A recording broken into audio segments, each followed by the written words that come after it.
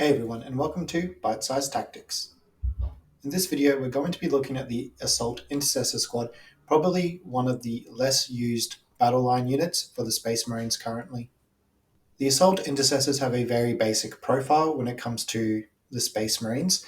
A movement of 6 inches, toughness 4, 3 plus armor save, 2 wounds per model, a 6 plus leadership, and the only standout in a profile is their OC of 2 because they are a battle line unit. The unit currently costs 75 points for 5 models and 150 points for 10 models, and this has gone down since the balanced data slate in January. The unit is comprised of 1 Assault Intercessor Sergeant with either 4 or 9 Assault Intercessors. Now there's quite a few keywords, and we'll start with the infantry keyword, which may be important for abilities and stratagems throughout the game. Again, they have the battle line keyword, so they can have up to 6 units in a list. They also have the grenades keyword, which allows for the unit to use the grenades stratagem. And finally, they have the tacticus keyword, which is important for transports. They have their own ability called targeted intercession or shock assault, depending where you're looking on the index or the codex, but it's the same rule. In melee, this unit can reroll a wound roll of 1. However, if your enemy is within range of an objective marker, you can reroll the whole wound roll instead of just rerolling a wound roll of 1. When looking at the weapons, the Assault Intercessors are all equipped with a heavy bolt pistol and an Astartes chainsword. Now obviously the heavy bolt pistol has that pistol keyword in there for the ability to shoot in combat. Strength 4, minus 1 AP and damage 1. So it's okay against some light infantry, but not a lot of shots there, and you won't do too much damage. However, their Astartes chainsword are at 4 attacks, strength 4, minus 1 AP and 1 damage, and this will decimate a lot of infantry units and really bully those mission plane pieces that your opponent has off of objectives. However, the sergeant can exchange their heavy bolt pistol for either a hand flamer or a plasma pistol. So the hand flamer would ignore cover, but it's got less strength and would probably do less damage than a heavy bolt pistol overall. And then the plasma pistol is probably the better option here at a higher strength, at AP minus 2 or 3 and damage 1 or 2 depending if you supercharge it or not. The sergeant also has access to a power fist or a power weapon and a thunder hammer. So the power fist has a strength of 8, minus 2 AP and 2 damage, while the power weapon has a strength of 5, minus 2 AP and 1 damage, but you do get an extra attack at 4 instead of 3 if you choose the power weapon over the power fist. Now finally, the Thunder Hammer has the Devastating Wounds capability there, so at strength 8, minus 2 AP and 2 damage, that could be quite good, but again, you're looking at only 3 attacks, so you've got a bit of variety in how you want to use your Sergeant. The Assault Intercessor Squad has quite a few weaknesses. First of all, they don't have a lot of durability in their profile, and you do need to be in close combat to be effective, so you need to be cautious of being caught out in the open and being shot at with either blast or torrent weapons when you get close to your enemy.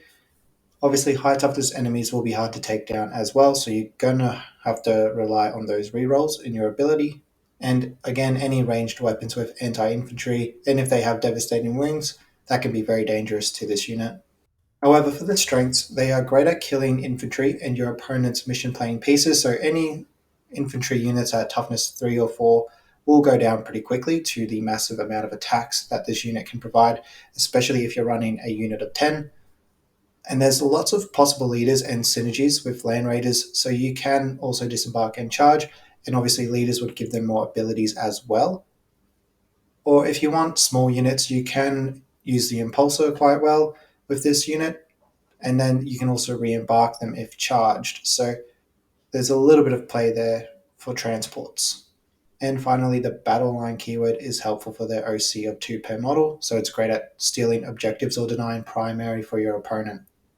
Now looking at their mission play, obviously the Assault Intercessor Squad wants to charge into units on objectives or hold objectives and force them to charge into you so that you can benefit from your own inbuilt ability. They can also do actions and are eligible to shoot in combat, so you can still do damage in both phases or just complete secondaries. And if you're running small units of 5, because you can take up to 6 units in a list, you could just sit them on a very weak flank that your enemy might have and just leave them there to do secondaries and score primary for you. This unit is also quite good if you're playing fixed secondary objectives and have Storm Hostile Objective as one of them. Now, when looking at the leaders, there are a lot of different types across all the different chapters, but we're just going to look at the generic ones here. So the Justiciar would give the unit the Fights First ability. The Ancient would give +1 to each model's OC, and while this model is within range of an objective marker or within 6 inches of the battlefield center, this unit gets a 4+ Feel No Pain. The Apothecary would allow them to return one model to the unit in your command phase. You could have a Tech Marine in there, but it doesn't give the squad any benefit, so that would be mainly if you just want to keep the Tech Marine safe around your vehicles. The Chaplain would add 1 to the wound roll when in close combat, so this could be really good at punching up against those higher toughness enemies.